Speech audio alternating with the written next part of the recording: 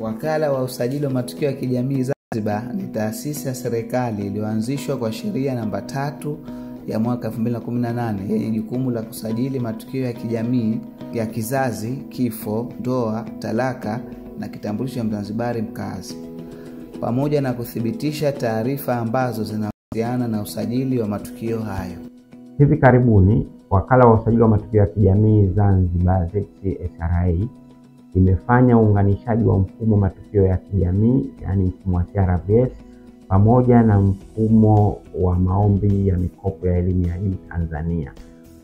Uunganishaji huu ni hatua muhimu kuwawezesha Bodi ya Mikopo ya Elimu ya Juu Tanzania kuweza kupata taarifa zilizohakikiwa za kuzaliwa za wanafunzi wanaomba mikopo katika bodi hiyo.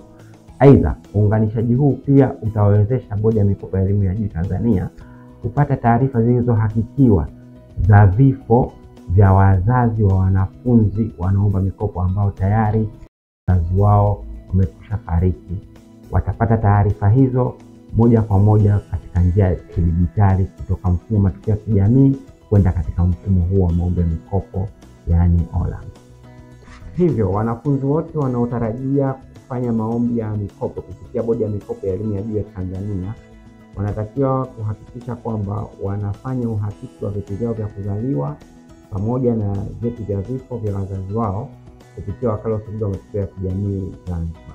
Uhakiki huu unafanyika kupitia mfumo wa mtandaoni ambao unapatikana kwa address ya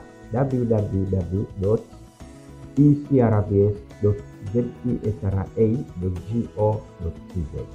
Baada ya kufungua address hiyo, utakutana na dirisha ambalo lina maelekezo ya maombi tofauti yanayopatikana kupitia mfumo huo.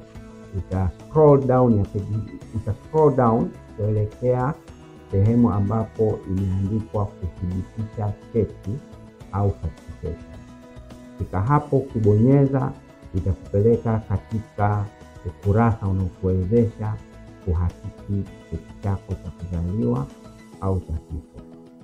Baada ya hapo, utajaza taarifa zako kwa usahihi kama zinavyoonekana kwenye cheti chako pamoja na kuupload nakala ya cheti hicho. Baada ya hapo, ukishawasilisha ombi hilo, utapokea nambari ya malipo, yani control number. Baada ya kufanya malipo, ombi lako litakuwa limepokewa na ofisi ya usajili wa matukio ya kijamii na kufanywa kazi.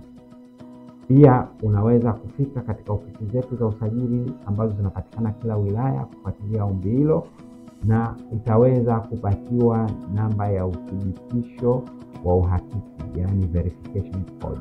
Namba hii utakwenda sasa kuitumia katika mfumo wa maombi ya mikopo ya elimu ya juu, na taarifa zako zitapatikana kule moja kwa moja. Endapo mwanafunzi atakuwa ana maswali au kutaka ufafanuzi zaidi, tunaomba afike katika ofisi za usajili wa matukio ya kijamii zinazopatikana katika wilaya zote za Unguja.